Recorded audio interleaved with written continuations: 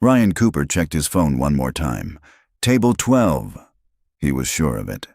The woman in the wheelchair smiled at him when he sat down, like she'd been waiting. They talked for 45 minutes before two angry strangers appeared at their table, demanding to know what was going on. That's when Ryan realized his mistake. He was sitting with the wrong woman, but by then, it was already too late. He'd met Natalie Ashford, and he had no idea her mother was a billionaire who would do anything to destroy him. The restaurant was fancier than anything Ryan had ever stepped foot in. Crystal chandeliers hung from vaulted ceilings, and the silverware probably cost more than his weekly grocery budget. He tugged at his tie, the only one he owned, purchased 3 years ago for his wife's funeral. His co-workers had set this up as a joke, downloading a dating app on his phone during lunch break and creating a profile he didn't ask for. But when a match actually came through with a dinner reservation at Marcello's, Ryan figured maybe the universe was trying to tell him something. Mia had asked him again that morning why she didn't have a mommy like the other kids at daycare. She was too young to understand that her mother had died giving birth to her, too young to carry that weight. But Ryan carried it every single day. The guilt, the grief, the overwhelming responsibility of raising a daughter alone while working construction jobs that barely covered rent. He spotted table 12 in the corner, partially secluded by a decorative screen. A woman sat there alone, her back to him, blonde hair cascading over the shoulders of an elegant navy dress. A wheelchair was positioned at the table's edge. Ryan's heart jumped. The app profile hadn't included a photo, just interests and a brief bio. He hadn't known what to expect, but somehow this felt right. He smoothed down his shirt and walked over, his work boots squeaking slightly on the polished marble floor. "Hi," he said, his voice catching slightly. "Table 12. The woman turned, and Ryan forgot to breathe. She was beautiful. Not magazine beautiful, but real beautiful. Her eyes were warm hazel, and when she smiled, tiny lines appeared at the corners that suggested she didn't smile nearly enough. There was something vulnerable in the way she looked at him, like she was bracing for disappointment. "Yes," she said, studying him with equal curiosity. "You must be—" "Ryan," he said quickly, extending his hand. "Ryan Cooper." She hesitated for just a fraction of a second before taking his hand. Her grip was firm, confident. "It's nice to meet you, Ryan." He sat down, nearly knocking over a water glass in his nervousness. She steadied it with a quick movement, and they both laughed. The sound broke some of the tension between them. "Sorry," Ryan said. "I'm not really used to places like this." "Neither am I," she said softly. "Not anymore, anyway." A waiter appeared with menus that had no prices listed. Ryan's stomach dropped, but he tried not to let it show. This was already costing him more than he could afford, but his co-workers had insisted the reservation was prepaid through some promotional thing. He hoped they weren't lying. "So," Ryan said, searching for something to say, "the app said you like old movies." Her face lit up, transforming her cautious expression into something genuine. "I do. There's something about the way they told stories back then. No special effects, just good writing and real emotion. Have you seen Casablanca?" "About a dozen times. My wife loved it." Ryan froze. Wrong thing to say on a first date. "I mean, my late wife. She passed away 3 years ago." The woman's expression softened with genuine sympathy, not the awkward pity Ryan usually got. "I'm so sorry.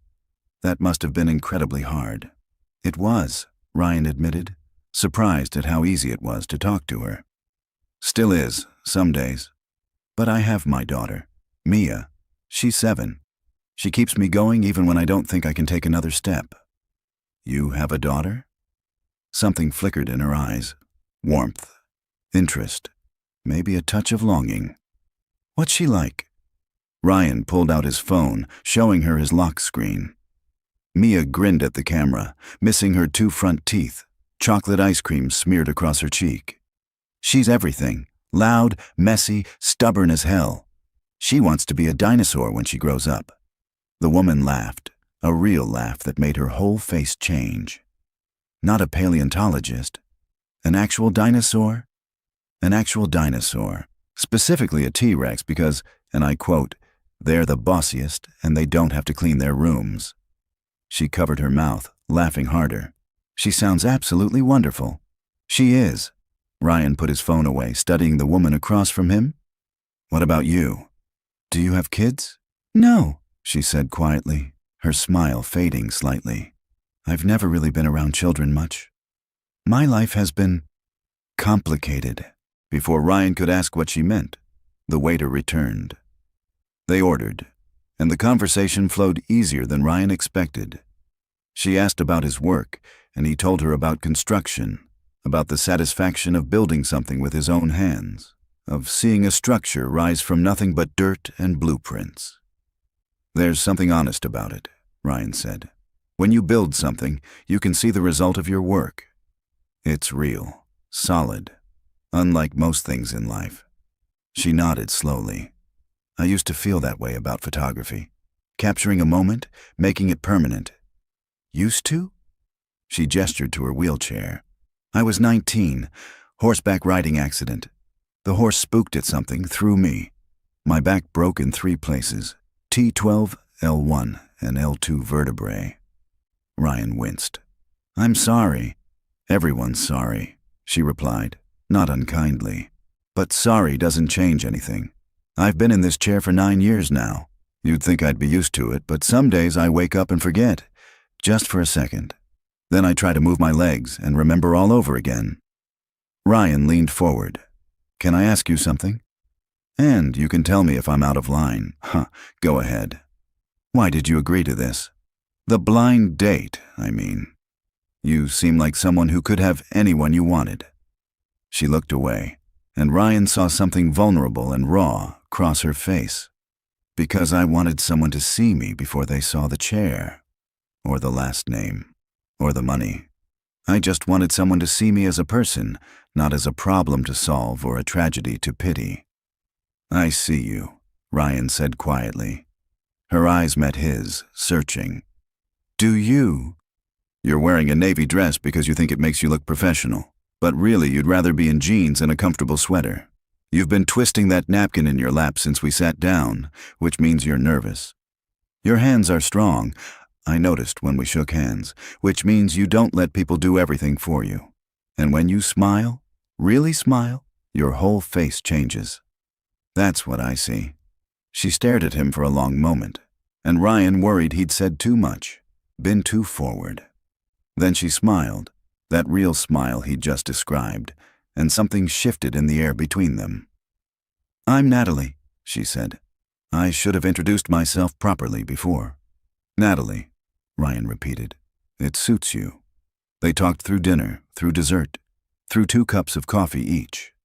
Ryan learned that Natalie loved thunderstorms, that she collected vintage cameras she couldn't use anymore because her hands shook too much to hold them steady, that her favorite food was terrible gas station nachos with bright orange cheese.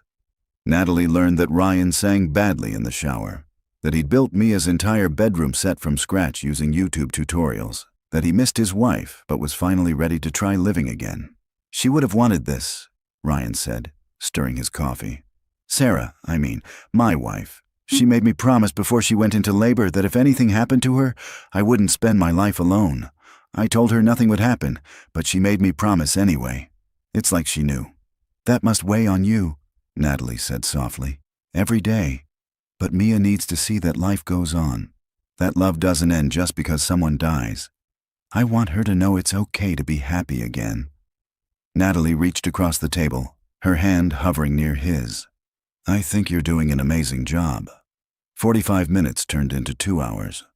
Ryan forgot about the fancy restaurant, forgot about his nervousness, forgot about everything except the woman across from him who laughed at his terrible jokes and listened like every word he said mattered.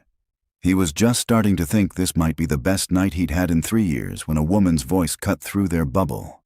"Excuse me, are you Ryan Cooper?" Ryan looked up to see a tall woman in a red dress standing at their table, her expression somewhere between confused and furious. Behind her stood a man in an expensive suit, looking equally baffled. Yes," Ryan said, his stomach sinking. "I'm Jennifer." Your date? From the app? I've been sitting at table 21 for over an hour waiting for you. Ryan's blood went cold. He grabbed his phone, opening the app with shaking hands. Table 21, not table 12. Table 21. Oh my God, he breathed. I'm so sorry. I thought... The man in the suit stepped forward, his eyes on Natalie. And you must be Natalie Ashford. I'm Craig Morrison. Your mother arranged for us to meet tonight. Natalie's face had gone pale. I thought you were... She looked at Ryan, realization dawning in her eyes. We're at the wrong table. Jennifer crossed her arms. This is unbelievable. I waited for an hour. Do you have any idea how humiliating that was? I apologize, Ryan said, standing up quickly. I made a mistake. I saw table 12 and just assumed. Well, now I understand why you weren't answering my texts. Jennifer snapped. She looked at Natalie with undisguised contempt. You can have him. I'm not interested in someone who can't even get a table number right. She stormed off, heels clicking against the marble floor like gunshots. Craig looked between Ryan and Natalie, a slow smile spreading across his face. This is quite the mix-up, he said smoothly. Though I have to admit, I'm almost impressed by the creativity. Did you two plan this? No, Natalie said firmly. We didn't. And Craig, I appreciate you coming tonight, but I think there's been enough confusion for one evening. Craig's smile faded. Your mother paid me very well to be here. Paid you? Natalie's voice went sharp. She hired you. Through a matchmaking service, yes. I'm an investor, and your mother thought we'd be a good match. She was very specific about what she wanted. Someone established, someone who understood wealth, someone who could handle your... situation. My situation, Natalie repeated, her voice dangerously quiet. The wheelchair, Craig clarified, as if it wasn't obvious. Not everyone can handle that kind of commitment. Ryan's hands clenched into fists. I think you should leave. Craig raised an eyebrow. Excuse me? You heard me. Get out. And who are you to tell me anything? I'm the guy who's been sitting here for 2 hours having an actual conversation with an amazing woman while you were probably planning how to mention your investment portfolio. Ryan stepped closer to Natalie's chair. So yeah, get out. Craig's jaw tightened, but he nodded curtly and left. The silence that followed felt heavy. Ryan slowly sat back down. Your mother set this up, he asked quietly. Natalie closed her eyes. She's been trying to get me to date for years. I've refused every setup, every introduction, so she went behind my back and hired someone, and I crashed it by sitting at the wrong table. Yes. Natalie opened her eyes, and to Ryan's surprise, she was smiling slightly. But I'm glad you did. Ryan felt something warm spread through his chest. Really? Really. The last 2 hours were the best I've had in years, even if they were based on a mistake. Some of the best things happened by mistake, Ryan said. Mia was a surprise pregnancy. My wife and I weren't planning on kids yet, but she was the best accident that ever happened to us. Natalie reached across the table, her hand hovering near his. Can I ask you something? Anything. Do you want to leave? Actually leave, I mean. Not go to our separate wrong tables, but leave together. Ryan didn't hesitate. Yes. They paid their separate bills. Ryan wincing at the total but refusing to let it show. They left the restaurant together, Ryan walking beside Natalie as she maneuvered her wheelchair down the ramp with practiced ease. The night air was cool, a welcome relief from the stuffy formality inside. There's a park 2 blocks from here, Natalie said. It has the best view of the city at night. Want to see it? Lead the way. The park was small, more of a courtyard really, but it opened up to a stunning view of the downtown skyline. They found a bench, and Ryan sat while Natalie positioned her wheelchair beside him. For a while, they just looked at the lights in comfortable silence. I have to be honest about something, Natalie said finally. I didn't tell you my last name. I noticed. I didn't want to push. It's Ashford. Natalie Ashford. Ryan shrugged. Okay. Should that mean something to me? Natalie let out a breath that might have been relief. My mother is Catherine Ashford. She owns Ashford Hospitality Group, hotels, resorts, luxury properties all over the world.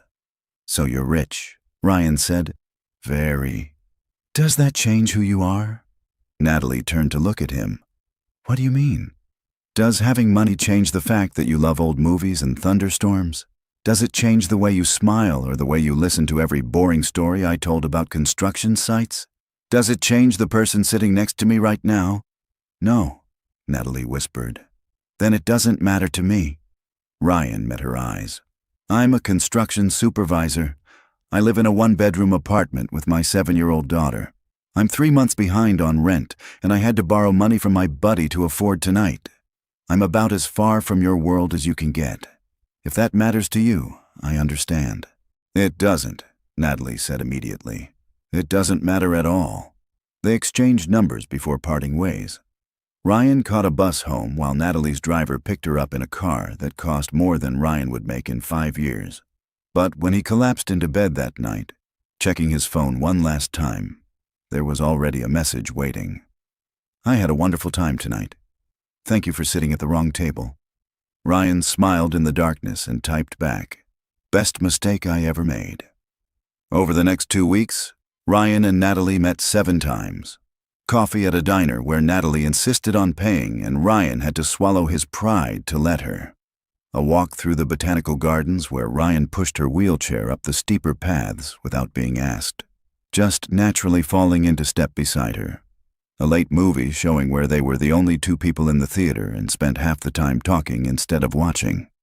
A visit to an art museum where Natalie told him about composition and light, her hands moving expressively as she described the photographs she used to take. Each time the connection between them grew stronger, the conversations deeper, the silences more comfortable. Ryan found himself thinking about her constantly, checking his phone between work tasks, smiling at random moments when he remembered something she'd said. But Ryan hadn't introduced her to Mia yet. He wanted to be sure first, wanted to know this was real before bringing his daughter into it. Mia had been through enough loss. She didn't need to get attached to someone who might not stay. Still, Mia had started asking questions, noticing that Daddy was happier, that he smiled more when he checked his phone, that he sometimes hummed while making breakfast. "Do you have a girlfriend, Daddy?" Mia asked one morning over cereal. Ryan nearly choked on his coffee. "What makes you ask that?" "You're happy. You're only happy when something good happens." Ryan set down his mug and crouched beside her chair. "I did meet someone. Her name is Natalie, but I wanted to make sure she was nice before I introduced you. Is that okay?" Mia considered this seriously. "Is she nice?" "Very nice." "Does she like dinosaurs?" "I don't know yet." "You should ask." "That's important." Ryan laughed. "You're absolutely right. I'll ask." That afternoon, he texted Natalie about Mia's dinosaur question. Her response came immediately. "I love dinosaurs, especially T-Rexes. They're the bossiest."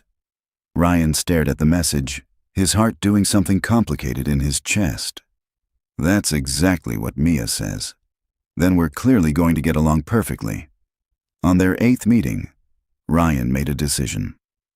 "Mia wants to go to the park tomorrow. Would you want to come with us?" Natalie's breath caught. "Meet your daughter?" "Only if you're ready." "No pressure." "I'm terrified," Natalie admitted. "I've never really been around kids. What if she doesn't like me? What if I don't know what to say to her? What if I mess everything up?" Ryan took her hand. "Just be yourself.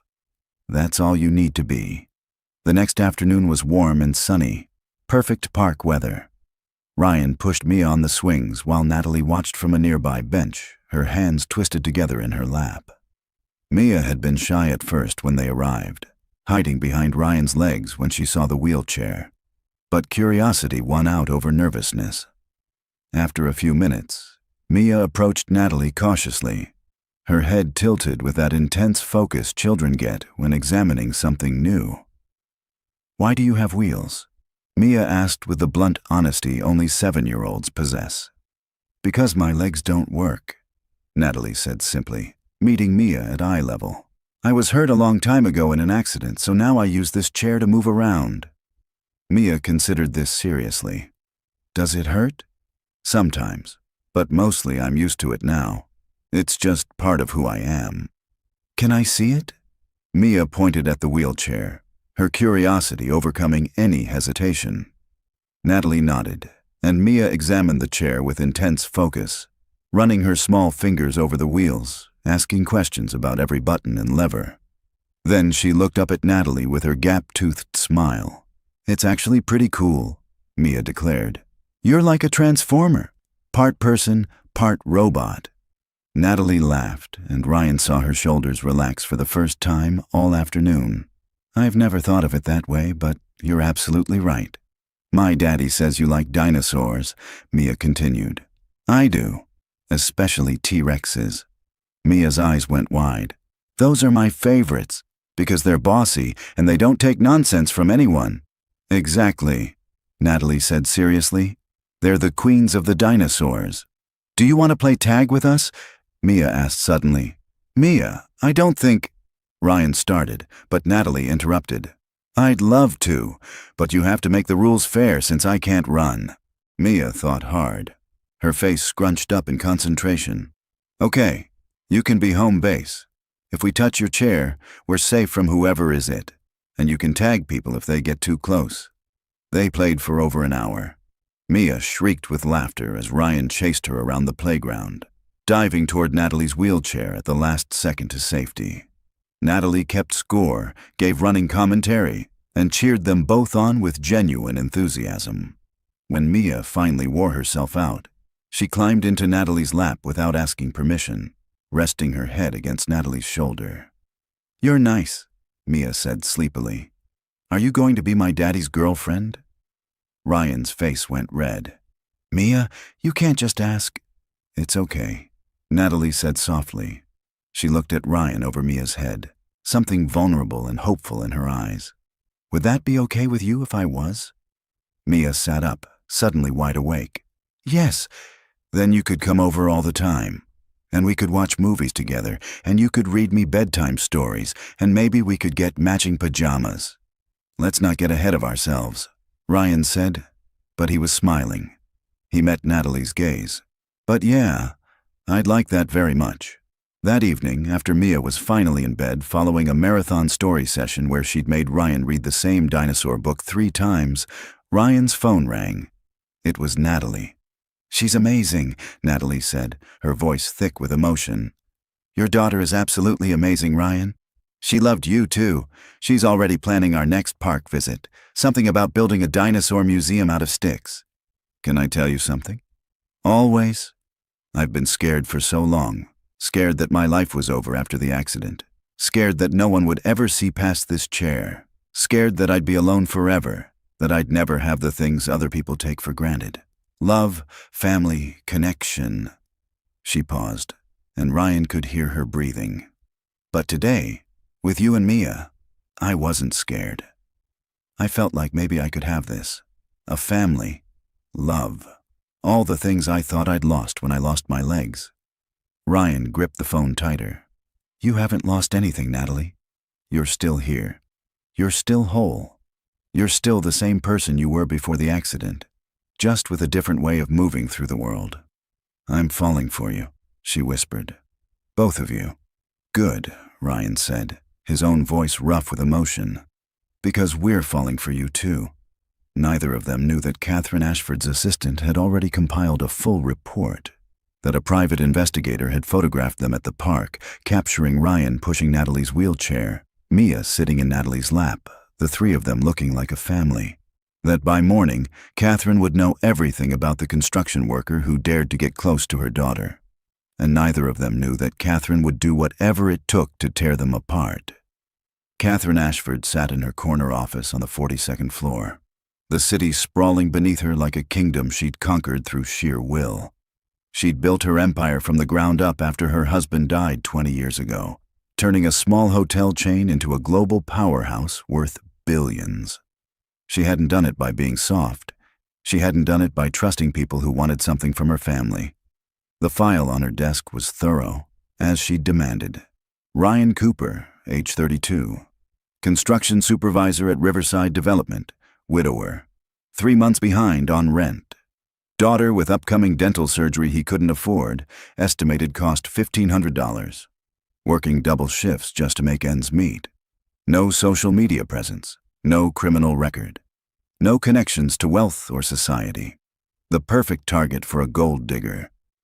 Catherine had seen it before, many times. Young men who thought they could marry into wealth, who saw vulnerability and opportunity. Her daughter was beautiful, kind, isolated, and alone. Of course, someone would try to take advantage.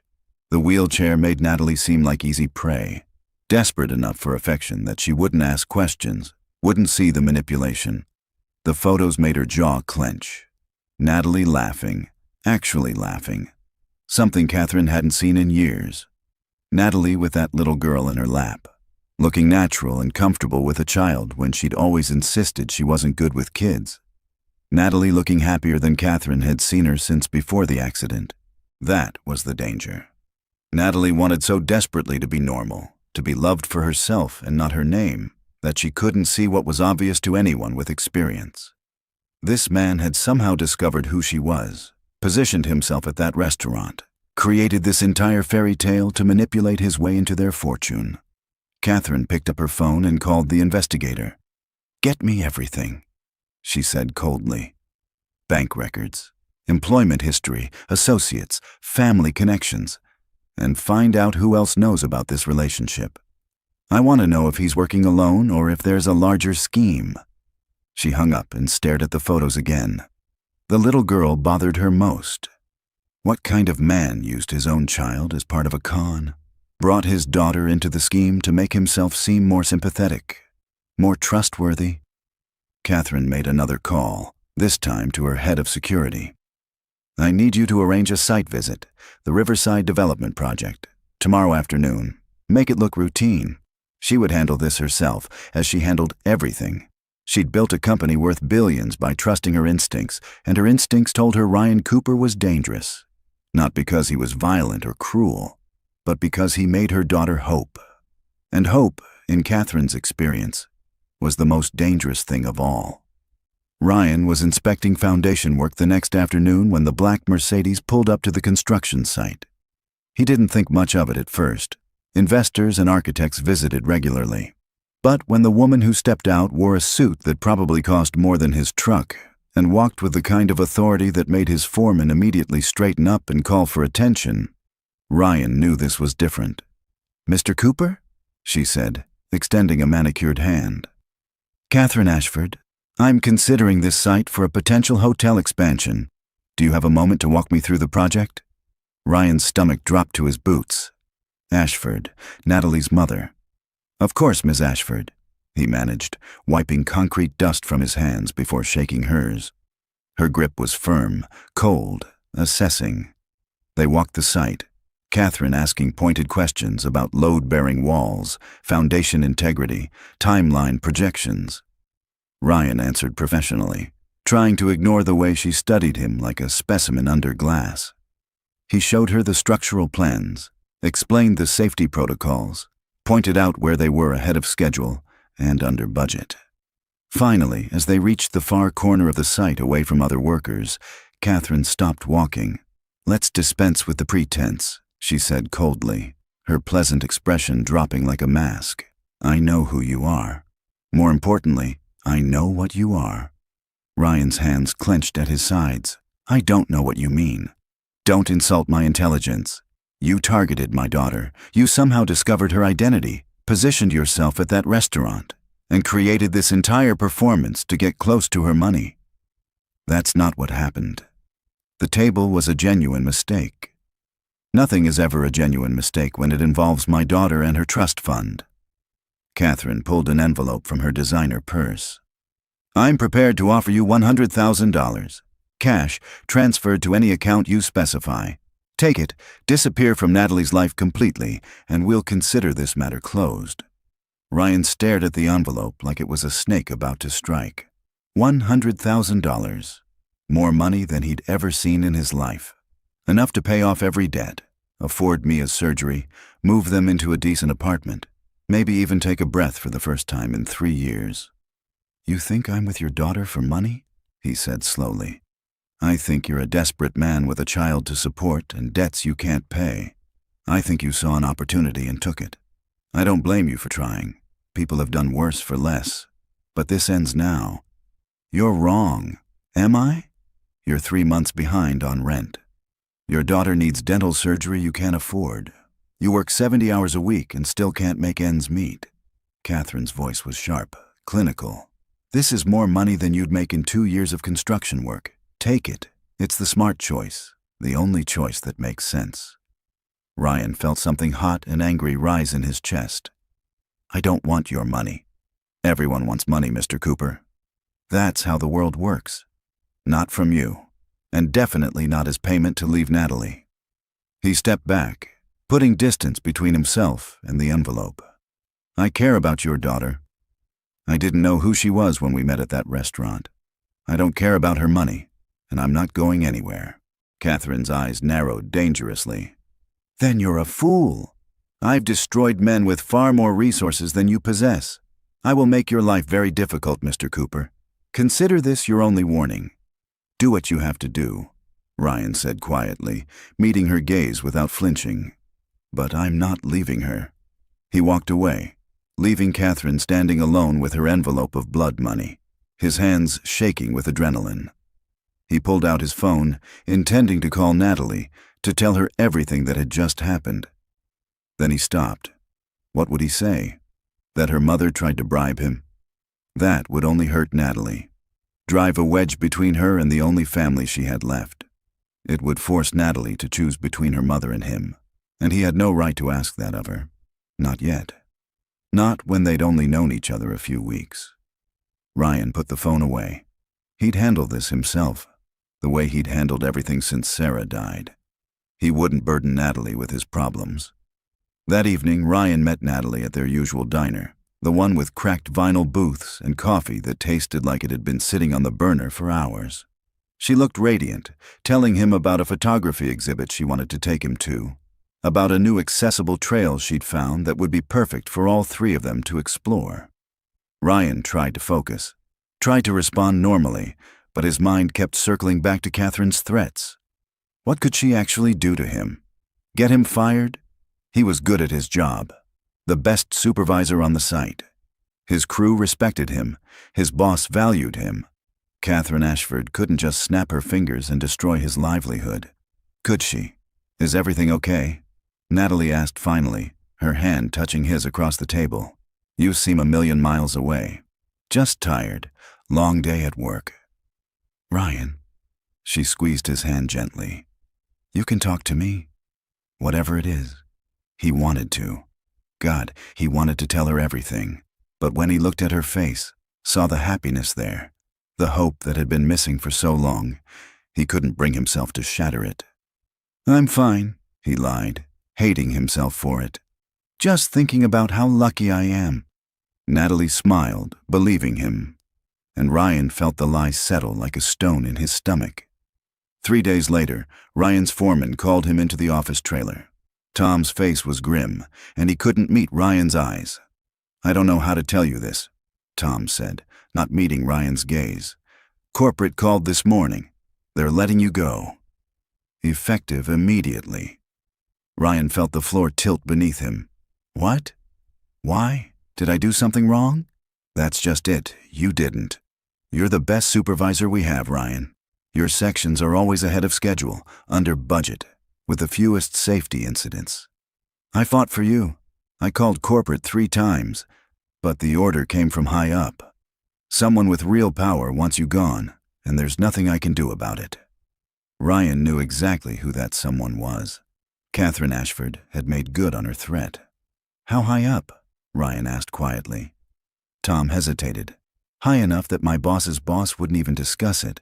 Just said it was a done deal and I should process your termination immediately. I'm sorry, Ryan. If there was anything I could do, it's not your fault. Ryan stood mechanically. I'll clean out my locker. He gathered his things in a daze. Work gloves, safety goggles. The photos of Mia he kept taped inside his locker door. His crew members watched with sympathy and confusion, some offering handshakes and wishes of good luck. They all knew this firing made no sense. In his truck, Ryan sat with his head against the steering wheel and let himself feel it. The fear, the anger, the crushing weight of knowing he had no idea how he'd pay rent, how he'd afford Mia's surgery, how he'd keep food on their table. He'd been barely making it before. Now he had nothing. His phone buzzed. A text from Natalie. "Dinner tonight? I miss you. Mia keeps asking when she can see you again." Ryan stared at the message, his vision blurring. He should tell her, should explain what her mother had done. But another part of him, the part that had been poor his entire life, that had learned early that you handled your own problems and never asked for handouts, told him to keep quiet. This was between him and Catherine. He wouldn't use Natalie as a shield or make her fight his battles. Can't tonight. Sorry. Need to handle some things. He spent the rest of the afternoon filling out job applications online, calling every construction company in the city. Most weren't hiring. The ones that were offered positions that paid half what he'd been making, jobs as basic laborers instead of supervisors. Word traveled fast in the construction world. Getting fired raised questions, made people cautious about hiring you even if the circumstances seemed strange.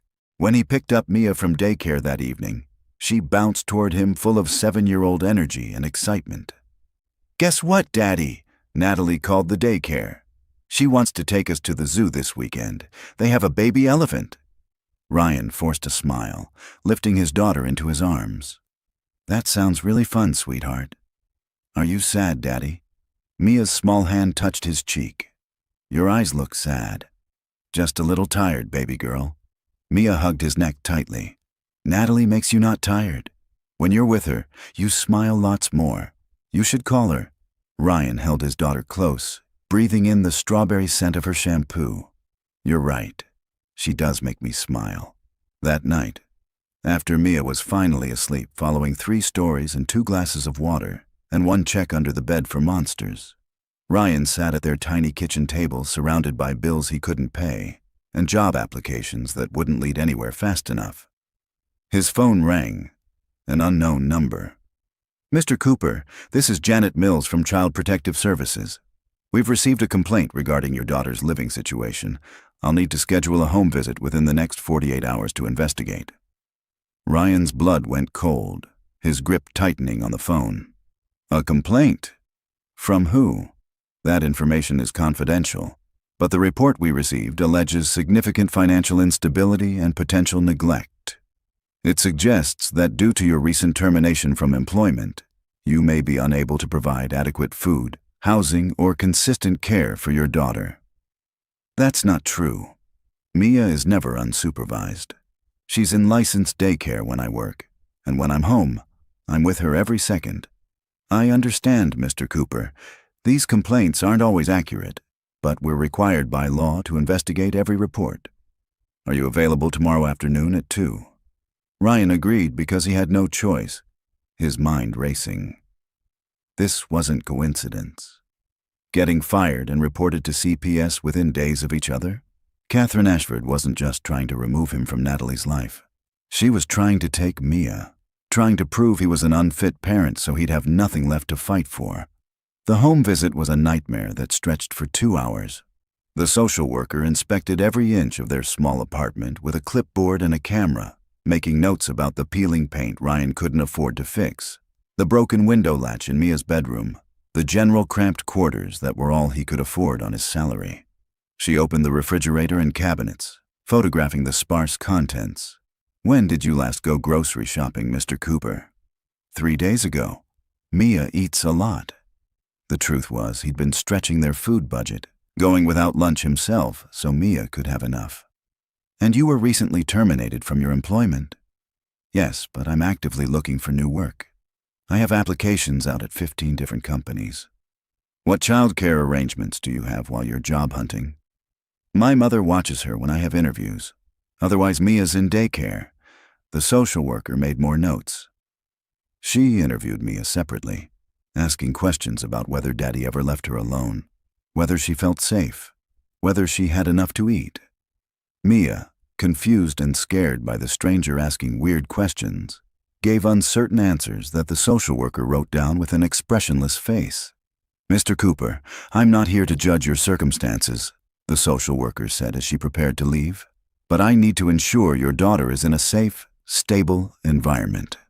Given your current financial situation, recent job loss, and housing conditions, I have significant concerns. I'll need to file a report and schedule a follow-up visit in 2 weeks. If the situation hasn't substantially improved by then, we may need to discuss alternative arrangements for Mia's care. After she left, Ryan sat on the floor of Mia's bedroom, surrounded by the furniture he'd built with his own hands, and let himself break. He'd survived his wife's death. He'd survived 3 years of single parenthood, of poverty, of bone-deep exhaustion. But this might be the thing that finally destroyed him. They were going to take his daughter. Catherine Ashford was going to take the only thing in his life that mattered. His phone buzzed again. Natalie, worried now. "Ryan, please. I'm really worried about you. You've barely responded in days. Did I do something wrong? Talk to me." Ryan typed and deleted 3 different responses. Finally, he settled on something close to the truth. "I need to see you. Can you meet me? It's important." "Of course." "Where?" "The park where we took Mia." 30 minutes? He called his mother to watch Mia, making up an excuse about a job interview. Then he drove to the park, his hands shaking on the steering wheel. Natalie was already there when he arrived, her face etched with worry. Ryan sat beside her on the bench where they'd watched Mia play, where everything had seemed possible just a week ago. "What's wrong?" Natalie asked immediately. "You're scaring me." Ryan told her everything. The confrontation with her mother, the bribe, the job loss, the CPS visit. Catherine's systematic campaign to remove him from their lives, to prove he was unfit, to leave him with nothing. Natalie's face went through shock, disbelief, and finally rage as he talked. "She did this? My mother did this to you?" Her voice was shaking. "She got you fired? She reported you to CPS? I didn't want to tell you. I didn't want to come between you and your family. Between me and—" Natalie's laugh was bitter. "Ryan, she's trying to destroy you. She could take Mia from you. Do you understand that? She could take your daughter." "I know." Ryan's voice broke. "I know, and I don't know how to stop it." Natalie grabbed her phone. "I'm calling her right now. This ends tonight." "Wait." Ryan caught her hand. "If you confront her directly, it might make things worse. She'll just deny it, claim she's protecting you, and then we'll have no proof of anything. So what do we do?" Ryan was quiet for a long moment, the words cutting him open from the inside. "I think we need to step back, just for a while. Until I can get back on my feet, find a new job, pass the CPS inspection. If your mother sees that we're not together anymore, maybe she'll back off. Maybe she'll leave me alone long enough for me to get stable again." "Absolutely not," Natalie said fiercely, tears streaming down her face. "I'm not letting her win. I'm not letting her drive us apart. This isn't about winning. This is about Mia. I can't lose my daughter Natalie. I can't. She's everything. If Catherine takes her from me, I'll have nothing left. No reason to even keep breathing." "Then let me help." "I have money, more money than I could ever spend. I can pay your rent, cover Mia's surgery, hire the best lawyers." "No." Ryan's voice was firm, final. "That would prove your mother right, that I'm with you for money, that I'm using you. I won't do that. This is insane. You're letting her manipulate you. I'm making an impossible choice because I don't have any other options." Ryan stood, his heart breaking into pieces. "I'm sorry, Natalie. I love you. God, I love you so much. But I love my daughter more. I have to love her more. That's what parents do." He walked away, leaving Natalie crying on the bench, and hated himself more than he'd ever hated anything. But Mia needed him to be strong, needed him to make the hard choices, even if those choices destroyed him. What neither of them saw was the small figure watching from behind a tree 50 yards away. Mia had followed her father when he'd left her with Grandma Cooper, worried about why he'd been so sad lately, why he barely smiled anymore. She'd hidden in the back seat of his truck under a blanket, then slipped out when he parked at the park. She'd heard everything. And though she didn't understand all the words, she understood enough. The mean lady, Natalie's mom, was trying to take her away from Daddy. And it was all because Daddy loved Natalie. Mia made a decision with the simple clarity only children possess. If the adults couldn't fix this, she would have to fix it herself. For 3 agonizing days, Ryan didn't call, didn't text, didn't respond to Natalie's increasingly desperate messages. He threw himself into job hunting with manic energy, filling out applications at all hours, taking interviews for positions that paid barely above minimum wage. He searched for cheaper apartments, found places in worse neighborhoods that would still eat most of his non-existent income. Mia stayed with Ryan's mother across town, out of the way, while he tried to put their shattered life back together piece by piece. He told himself it was temporary, that he'd bring her home once he had a job lined up, once the apartment was in better shape for the follow-up CPS visit. But Mia had other plans. She'd heard the social worker mention a hospital when talking to Daddy, heard talk about the Ashford family and how they owned important buildings. Mia knew about hospitals. Mommy had died in one, and Daddy always got sad when they drove past them. But she also knew hospitals were where sick people went to get better. Maybe if she went to the hospital, she could make the mean lady better. Make her not mean anymore. Make her see that Daddy was good and Natalie made them happy. On the morning of the 4th day, while Grandma Cooper was in the shower, Mia took $5 from the cookie jar on the kitchen counter and slipped out the front door. She'd watched people get on buses before, lots of times. You paid money and told them where you wanted to go. Easy.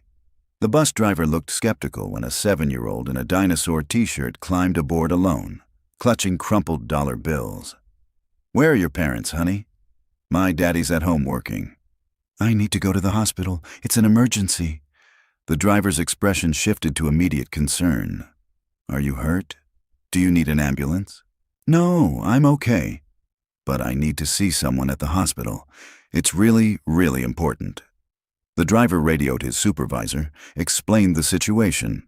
They made the decision to take her to the nearest hospital emergency room where staff could figure out what was going on and contact her family. Mia didn't correct them when they assumed she needed medical help. Hospitals were hospitals, and she'd figure out the rest when she got there. At the hospital, nursing staff brought Mia to a small consultation office while they tried to figure out where she belonged. A kind nurse with purple scrubs knelt down to Mia's level. "What's your name, sweetheart?" "Mia Cooper. I'm 7 3/4. "And who were you trying to see at the hospital, Mia?" Mia remembered the name from Daddy's phone, from all those text messages he'd been staring at sadly. "Natalie Ashford. She's my friend. She's really nice, and she has a wheelchair that's like a transformer." The nurse's eyebrows rose sharply. "Natalie Ashford? The Ashford family. Her mommy is mean and I need to talk to her. To make her not mean so Daddy can be happy again." The nurse made a phone call, speaking in low tones. Within minutes, everything changed. Mia found herself in a much nicer office with leather chairs and a big window showing the whole city. A woman in a perfect suit walked in, looking at Mia like she was a puzzle to solve. "Hello, Mia," Catherine Ashford said, sitting down across from her. "I understand you were looking for someone." Mia straightened her shoulders, trying to be brave like Daddy taught her. "Are you the mean lady?" Catherine blinked, clearly caught off guard. "Excuse me?" "The mean lady who's trying to take me away from my daddy." Catherine's expression shifted, something complicated crossing her face. She dismissed the nurse and closed the door, then sat down at Mia's level. "No one is trying to take you away from your father, Mia." "Yes, you are. I heard Daddy tell Natalie everything. You made him lose his job so we don't have money. You told people to check our house and say it's not good enough. You want me to go away so Daddy can't see Natalie anymore. But that's mean because Natalie makes Daddy smile, and I love when Daddy smiles." Catherine was quiet for a long moment, studying this small, fierce child. "You love your father very much. He's the best daddy in the whole entire world." Tears started rolling down Mia's cheeks. "He makes me pancakes even when we don't have much food. He built my whole bedroom with his hands, the bed and the dresser and the bookshelf and everything. He reads me stories every single night even when he's really, really tired from working. He gives me his food when there's not enough. He never, ever makes me feel bad that Mommy died having me, even though I know it makes him sad. Catherine's hands tightened on the arms of her chair. And Natalie makes him smile again, Mia continued through her tears. He hasn't smiled like that since Mommy died. He's been so sad for so long, and then Natalie came and he was happy. Why are you being mean? Why don't you want him to be happy? I'm not trying to be mean, Catherine said slowly, but her voice had softened. I was trying to protect my daughter. From what? From being happy too. Mia wiped her nose with the back of her hand. Daddy doesn't want your money. He doesn't even like money that much. He just likes Natalie. And I like her too. She's really nice. And she let me sit in her lap, and she made up special tag rules so I could play, even though she has wheels instead of legs that work. She taught me that being different doesn't mean you can't play. Catherine stood and walked to the window, her back to Mia. How did you get here, Mia? Bus. I paid with cookie jar money. It took 2 buses and a nice lady helped me figure out which stop. Does your father know where you are? No. He's at Grandma's house looking for jobs so we don't lose our apartment. Catherine turned around, and something in her expression had changed. You're very brave, Mia, coming all this way alone. I'm not brave. I'm scared. Mia's voice trembled. I'm really, really scared. I don't want to lose my daddy. He's all I have left. Mommy's gone, and if they take me away from Daddy too, I won't have anybody. You won't lose your father, Catherine said, and there was a weight to the words. I promise you that. I'm going to call him right now, and then we're going to fix this. While Catherine arranged for Ryan to be contacted, she pulled up security footage from the restaurant, the footage she'd watched before. This time, she watched differently, not looking for deception or manipulation, but for truth. She saw Ryan's genuine confusion when the real dates arrived, saw Natalie's equal surprise, saw 2 people who'd stumbled into each other's lives completely by accident and found something real. She watched them laugh, watched the natural way they leaned toward each other, watched Natalie's face light up in a way Catherine hadn't seen in 9 years. Then she pulled up the investigator's full report, forcing herself to read the parts she'd ignored before. Ryan Cooper had never Googled Natalie Ashford, had never shown any interest in her money or asked questions about her family, had, in fact, refused every offer of financial help Natalie had tried to make. The only thing he'd ever asked for was time with her, just her time and her company. When his wife had died, Ryan had turned down offers from Sarah's wealthy parents to help raise Mia, had insisted on doing it himself, working himself to exhaustion rather than accept handouts. The man had pride. Stubborn, foolish pride, perhaps. But it was real. Catherine had been wrong. Completely, devastatingly wrong. 20 minutes later, Ryan burst through the door, his face wild with panic and fear. He dropped to his knees in front of Mia, pulling her into his arms hard enough that she squeaked. "Don't you ever do that again," he choked out. "Do you understand me? Never, ever leave like that. I thought..." His voice broke. "I thought something happened to you. I'm sorry, Daddy. I just wanted to help. I wanted to make the mean lady not mean anymore." Ryan looked up at Catherine, his expression hard and protective. "Thank you for keeping her safe. We'll go now." "Wait," Catherine said. "Please, sit." Ryan wanted to refuse. She could see it in every line of his body, in the way he held Mia like someone might try to take her. But he sat stiffly on the edge of a chair, keeping Mia securely on his lap. "Your daughter said something that made me think," Catherine began carefully. "She said you don't want my money, that you just want Natalie. That's true. And she said Natalie makes you smile again, that you haven't smiled like that since your wife died." Ryan's arms tightened around Mia. Also true. Catherine sat down across from them, and for the first time, she looked less like a CEO and more like a mother. "I've spent the last week trying to protect my daughter from what I thought was a con artist. Someone who would hurt her, use her, take advantage of her vulnerability. But I've been watching the wrong things, looking for proof of my assumptions instead of seeing what was actually there.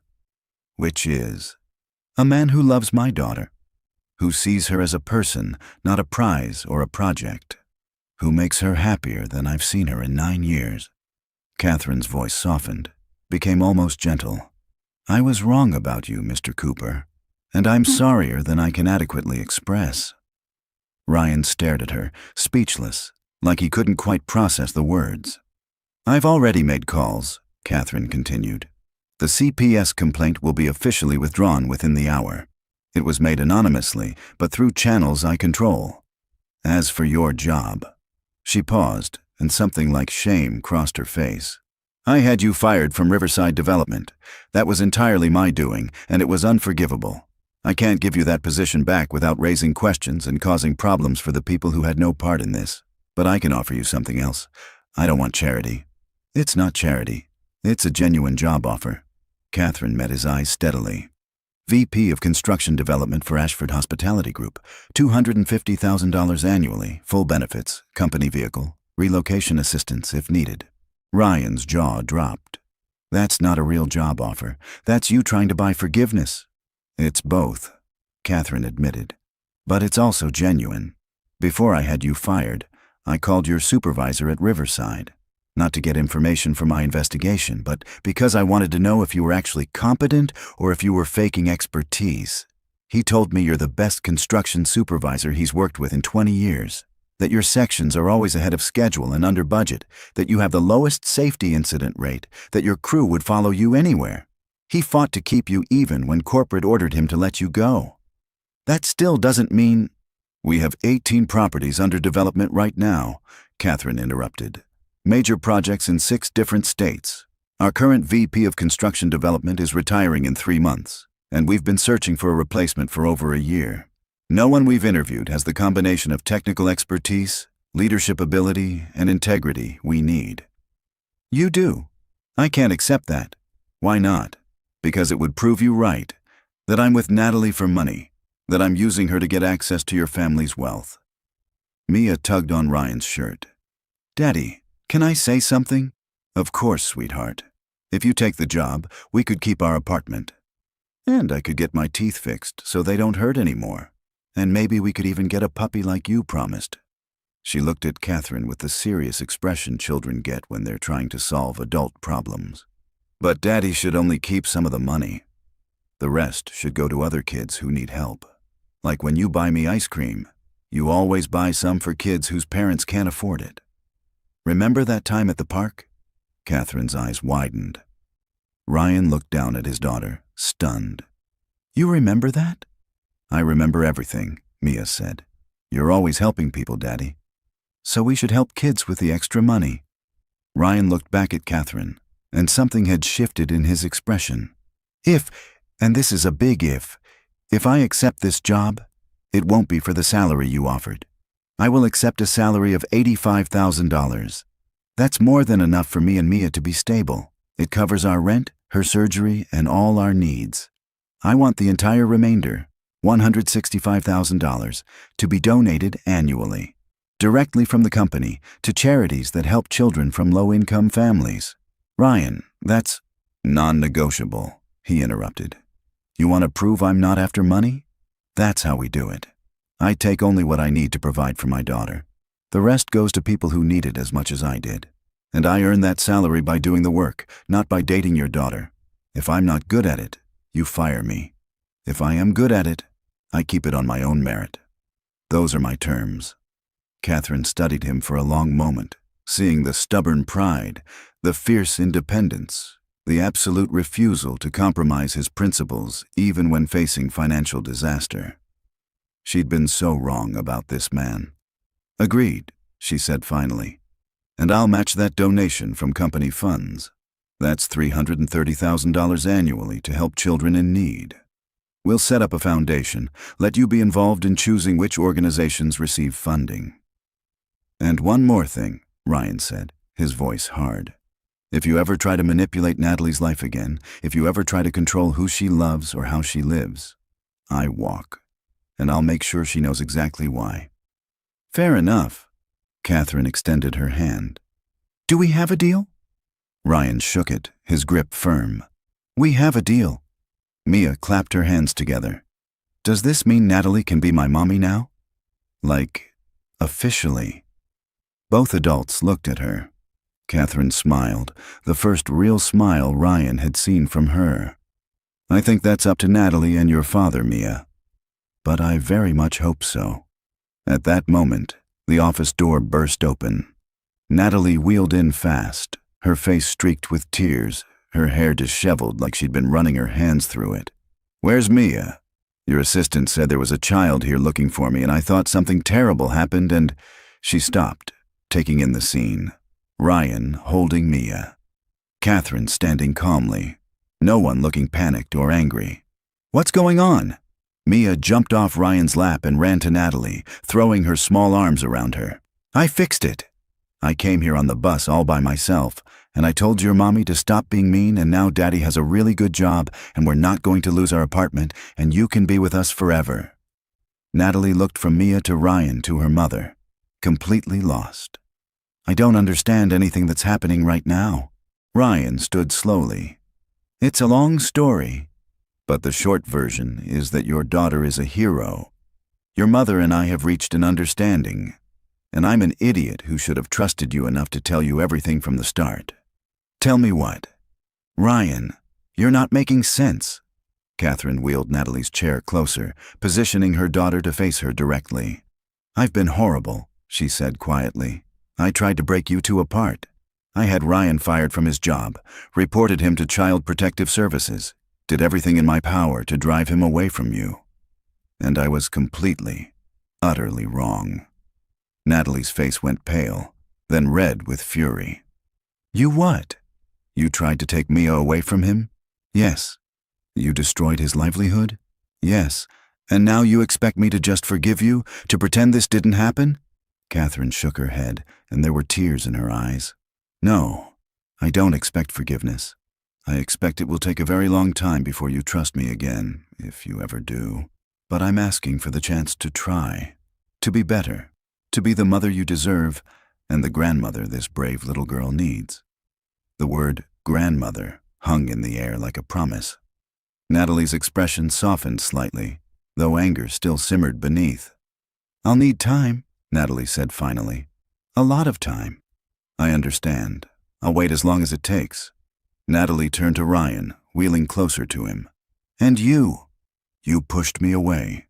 You lied to me about what was happening. I was trying to protect Mia. I was terrified of losing her. By lying to me, by shutting me out, by keeping you out of something ugly. I was wrong. I should have trusted you to be strong enough to handle it. Ryan moved closer, dropping to one knee beside her wheelchair. I'm sorry, Natalie. I'm so sorry. I was scared and desperate, and I made the wrong choice. Mia tugged on Natalie's dress, demanding attention. Please don't be mad at Daddy. He was just scared, like when I have a really bad dream and I hide under all my blankets so the monsters can't see me. He was hiding from the scary stuff because he didn't know what else to do. Natalie looked down at Mia, and tears started falling.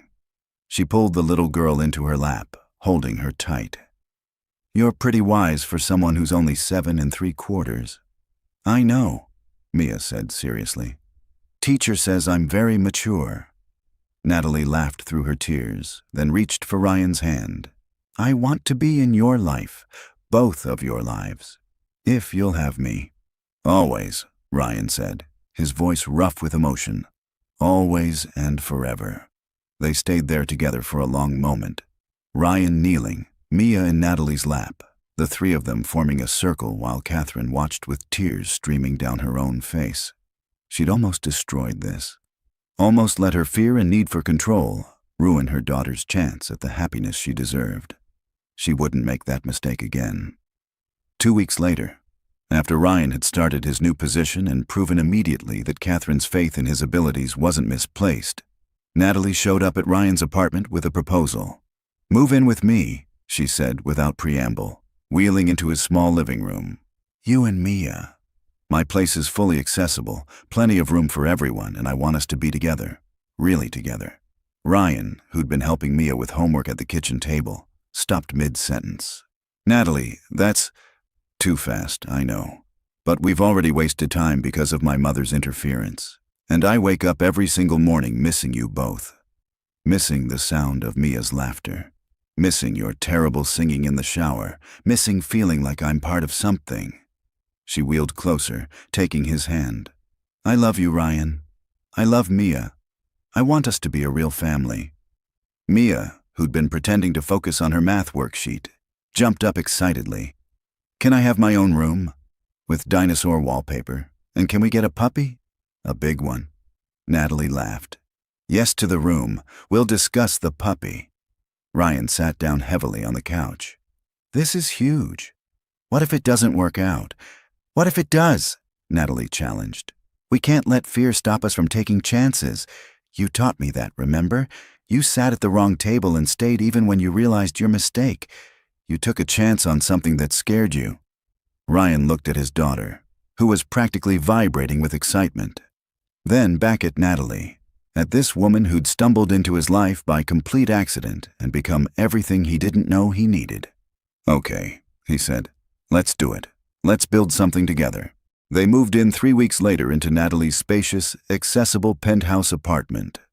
Catherine helped, hiring professional movers and even showing up herself to carry boxes, trying to rebuild bridges she'd nearly burned beyond repair. She and Natalie were still healing, still learning to trust each other again. But they were trying, having honest conversations for the first time in years. Ryan started his new job and immediately proved his worth, catching a major structural issue at a property under construction that would have cost millions to fix after completion. His team respected him, and the other executives quickly realized Catherine had been right about his abilities and integrity. The donated salary went to 3 different charities, all focused on helping low-income families with children. Ryan insisted on being actively involved, wanting to ensure the money went where it would do the most good. He visited the programs, met the families, understood the impact. It made the sacrifice of the larger salary feel worthwhile. Mia flourished in ways that took Ryan's breath away. She got her dental surgery. She got her dinosaur bedroom, complete with a mural Ryan painted himself. She got something even more important, a complete, stable family. She called Natalie Mama Nat naturally, without being prompted. She called Catherine Grandma Cat, and made the older woman laugh more than she had in decades. 4 months after moving in together, Natalie had a health scare, a minor infection that, for someone with paralysis, required hospitalization for monitoring. Ryan barely left her side, sleeping in an uncomfortable chair by her bed, helping nurses with transfers, advocating for her care with the kind of fierce protectiveness that surprised the medical staff. On the 3rd night, when Natalie woke in pain at 2 a.m, Ryan was there immediately. He helped her adjust positions, called the nurse, held her hand while medication was administered, talked her through the discomfort with a calm voice. You don't have to do this, Natalie whispered when the worst had passed. It's the middle of the night. You should be sleeping. Where else would I be? Most people can't handle this part. The medical stuff, the reality of my disability, the complications that come up. It's not glamorous or romantic. Ryan brushed hair away from her face gently. Most people are idiots. This isn't a burden, Natalie. You're not a burden. You're the person I love, all of you, including the hard parts, the complicated parts, the parts that require extra patience and care. Natalie started crying, tears sliding down to the hospital pillow. I don't deserve you. You deserve everything, Ryan said fiercely. And I'm going to spend the rest of my life making sure you know that. Making sure you never doubt for 1 second that you're wanted, needed, cherished exactly as you are. He kissed her forehead, and Natalie held onto his hand like an anchor. 2 months later, Ryan took Natalie back to Marcello's restaurant. He'd arranged everything with the staff ahead of time, calling in favors and probably spending more than he should have. They were seated at table 12, the same corner table where their story had begun. Mia was there too, wearing her fanciest dress, the blue one with flowers that Natalie had bought her, and holding a small velvet box like it contained the world's most precious treasure. What's going on? Natalie asked, looking between Ryan and Mia with curiosity. Why does this feel like you two are planning something? Do you remember the first thing you said to me? Ryan asked, taking her hand. I said yes, when you asked if this was table 12. No. Before that, you smiled at me and said, "You must be," and then I interrupted you. Ryan stood and knelt beside her wheelchair, taking both her hands in his.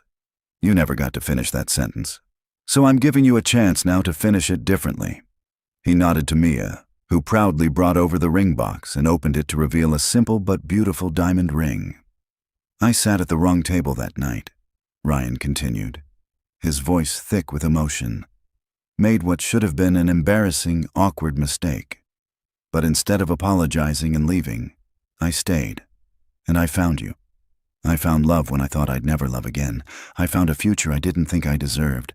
I found a partner who makes me better, who loves my daughter like her own, who sees the best in me even when I can't see it myself. Tears were already streaming down Natalie's face. "So I'm asking you to finish that sentence differently," Ryan said, opening the ring box. "Natalie Ashford, will you marry me?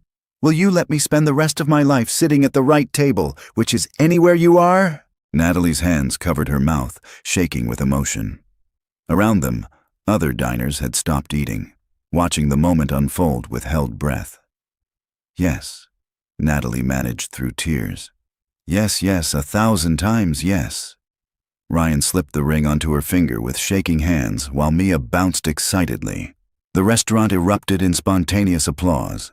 Catherine, watching from a nearby table where Ryan had secretly invited her, cried genuine tears of joy and redemption. When Ryan kissed Natalie, it tasted like tears and laughter and promise and home. "Best wrong table ever," Natalie whispered against his lips. "Best mistake I ever made," Ryan agreed, and meant it with his whole heart. The wedding took place 6 months later at one of the Ashford properties, a beautiful garden hotel where flowers bloomed year-round in a massive, climate-controlled greenhouse. It was small and intimate, just close friends and family, exactly what they both wanted. Mia served as flower girl, and her idea to use a small wheelchair decorated with white roses and ribbons so she could match Mama Nat down the aisle made everyone cry.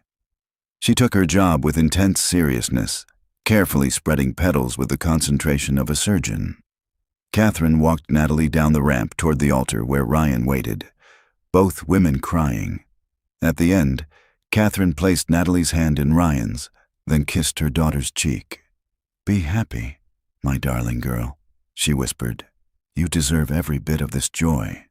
Ryan's vows were simple but powerful, his voice steady despite the emotion. "I promise to push your chair up every ramp and hill we encounter, to stand beside you in every challenge and celebration, to love you on the hard days and the easy ones, to be the partner you deserve, the father Mia needs, and the man who never stops being grateful that I sat at the wrong table. You gave me back my smile, my hope, my future, my heart. All I can give you in return is forever, but I promise to make that forever worth every moment." Natalie's vows came through tears, her voice breaking with happiness. "I promise to love you exactly as you are, stubborn, protective, terrible at finding your keys. To be patient when Mia wants dinosaurs for breakfast, and patient when you can't find those keys for the 100th time.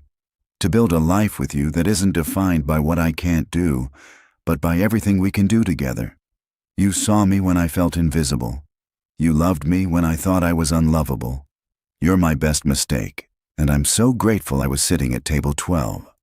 When they kissed as husband and wife, Mia cheered at full volume. "They're married! I have a mommy and a daddy now, both of them." The reception was filled with laughter, dancing, and joy. Ryan lifted Mia onto his shoulders while Natalie watched, her heart so full it physically hurt. Catherine spent the evening talking with other guests about the children's charities they supported, already planning expansions and new programs. As the night wound down, Ryan found Natalie on the terrace overlooking the gardens, which were lit by thousands of string lights like captured stars. "Hey, wife," he said, wrapping his arms around her from behind, resting his chin on her shoulder. "Hey, husband," she replied, leaning back against him with a contented sigh. "Having any regrets about sitting at table 12 yet? Not even a little bit. Not for one single second." She turned her head to look at him. "Best wrong table in the history of wrong tables." From inside, they could hear Mia's bright laughter as Catherine chased her through the ballroom in some game only they understood. Their daughter, their family, built from mistakes and second chances and love that refused to give up. You know what the best part is? Ryan asked softly. What? If I'd sat at the right table that night, at table 21 with Jennifer, I never would have found this. Found you, found us, found this whole beautiful, complicated, perfect life. Natalie smiled, the smile that still made Ryan's heart skip after all these months. Then here's to wrong tables and right people, to mistakes that turn into miracles. To wrong tables and right people, Ryan agreed, kissing her under the stars. Always and forever. Inside, Mia tugged on Catherine's dress, looking up at her grandmother with serious eyes. Grandma Cat, do you think my mommy and daddy are happy? Like, really, truly happy. Catherine looked out at the terrace where her daughter and son-in-law stood wrapped in each other's arms, and she smiled with genuine warmth. Yes, sweetheart, I think they're very happy indeed, the happiest they've ever been, and they were. Not because everything was perfect or easy. Not because they never faced challenges or difficult days. Not because the fairy tale ended with, and they lived happily ever after, and nothing bad ever happened again.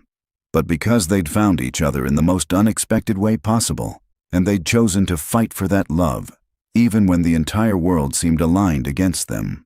Because Ryan had taught Natalie that she was whole, exactly as she was. Because Natalie had taught Ryan that it was okay to open his heart again. Because Mia had taught them both that children see truth more clearly than adults ever can. Sometimes the best things in life come from sitting at exactly the wrong table at exactly the right time. And sometimes, just sometimes, the mistakes we make turn out to be the greatest blessings we never knew we needed. Thank you for watching this heartfelt journey of love, courage, and second chances. Ryan, Natalie, and Mia's story reminds us that true love sees beyond circumstances, that families are built on choice and commitment, and that sometimes the wrong path leads us exactly where we're meant to be. If this story touched your heart, please like, share, and subscribe for more emotional stories that inspire, heal, and remind us that even our mistakes can lead to miracles. Because sometimes the best things in life are the ones we never planned for. They're the ones that find us when we're brave enough to sit at the wrong table.